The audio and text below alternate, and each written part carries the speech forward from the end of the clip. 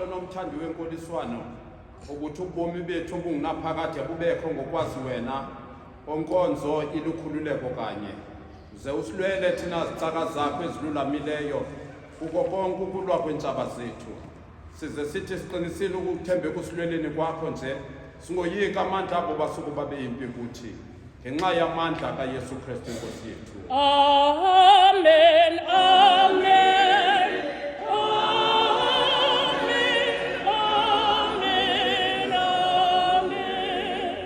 Usibawo wethu wasezulwini Thixo namandla onke ongunaphakade osilondolozileyo kwade kwasanga lemini yanamhla uze usilondoloze ngayo ngamandla akho amakhulu usipho okokuba sithi ngale mini singawi esonweni sithi kanjalo singangeni ezingozini sithi zonke izenzo zethu zicwangciswe ngokubona kwakho size simana sisenze okulungileyo ebusweni bakho ngenxa yakho uYesu Kristu Inkosi yethu. Amen, amen, amen, amen, amen, amen.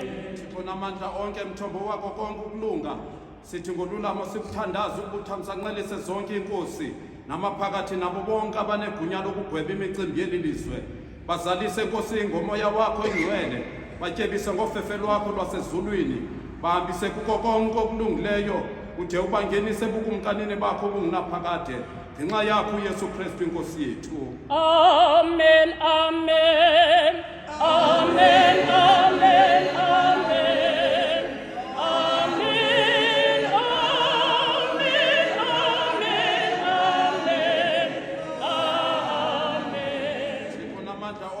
Phakade kuphela kowemizimba emangaliswe emikhulu hlisela bonke abefundisi bevangeli yakho nakuwo onke amabandla abawaphetheyo umoya ophilisayo wofefe lwakho uze uthi ukuze bakukholise ngokwenene umane ukubahlisela umbethe wentsikelelo yakho yenza oku Nkosi ukuze kudunyiswe umthetheleli wethu nomthandazeli wethu onguYesu Kristu. Amen, amen, amen, amen.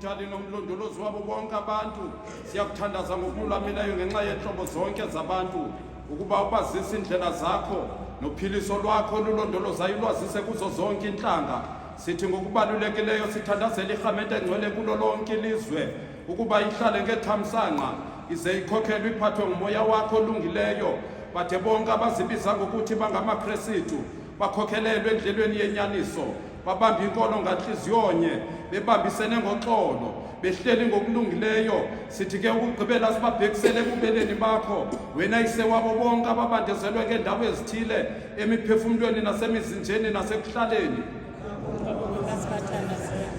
abo Nkosi uzibonwabise ubasize ekusweleni kwabo ubaphe unyamezele ekuthwaleni kwabo ubunzima nempumelelo esikelelekayo kuzo zonke imbandezelo zabo sicela oku ngenxa yakhe uYesu Kristu.